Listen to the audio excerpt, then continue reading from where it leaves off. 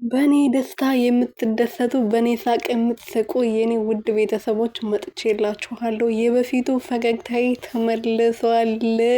ሩትዬ ብላለች እንግዲህ መታለናለች። እንደዚህ አምራ ሮማንቲክ ሆና እንግዲህ ቀይ አበባ ተሰጥቷት ቆንጅዬ ፍልቅልቅ ብላ የበፊት ሳቋ ተመልሶ መታለናለች ማለት ነው። ይሄን ቀን ብዙዎቻችን ስናንፍቅ ነበረ ለአንድ አመታት ማለት ነው። እና ቤተሰቦችዬ ሩትዬ እንግዲህ እንደዚህ አምሮባት ቀይ አበባ ተሰጣት ቆንጅዬ ፍልቅልቅ ብላ ከመጣች በጣም ቆይታ ነበረ። አሁን ግን መጥቻለሁ። የለቅሶ ጊዜያቶች አርፈዋል። አሁን የሳቅ ጊዜ ነው በማለት ቆንጅዬ ሆና እንግዲህ መታለች ማለት ነው። እልልልልል ፈጣሪ ወይ አቤት ውበት፣ አቤት ውበት! ሁሉም ነገር እኮ ነው የደፋብሽ። ውበቱማ ይለያል፣ የዛሬ ይለያል። ኦ ማይ ጋድ! ሰላም ቤተሰብ እንዴት ናችሁልኝ? እናለው ፈጣሪ የተመሰገነ ይሁን።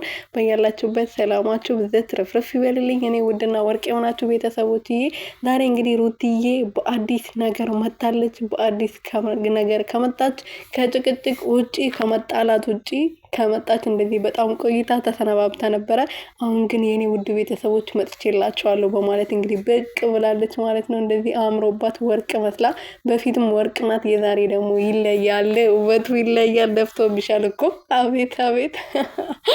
የምሬን እኮ ነው። ይሄ የሆነ ዘንዶ የሆነ ፊት ማለት ነው። ይሄ አብርሽ የሚባለው ሰውዬ እንግዲህ ያው ሄርሜላ በድጋሚ እየተጫወተችበት ነው። ተጫወትበት ይገባዋል። ሩትዬ ግን የኔ ፍልቅልቅ ከነሱ ህይወት ወጣ። የራሴ ህይወት ጀምራለሁ። በቃኝ። እስከዛሬም እስከሚፈርምልኝ ድረስ ነበረ። አሁን ከዚህ በኋላ እኔ ማነኝ በማለት ራሷን ጠይቃ እንግዲህ የራሷን ህይወት መኖር ጀምራለች ማለት ነው። ኧረ እኔ አላምንም የምር ማለት ነው። በጣም ነው ደስ ያለኝ።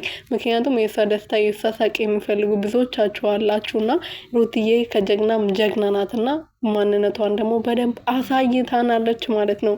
ይሄ ከዚህ በላይ ምን እንትን አለ? የምር ማለት ነው። የምሬን እኮ ነው። አቤት አቤት! ቱቱቱት እኔ ተብቼልሻለሁ ወይኔ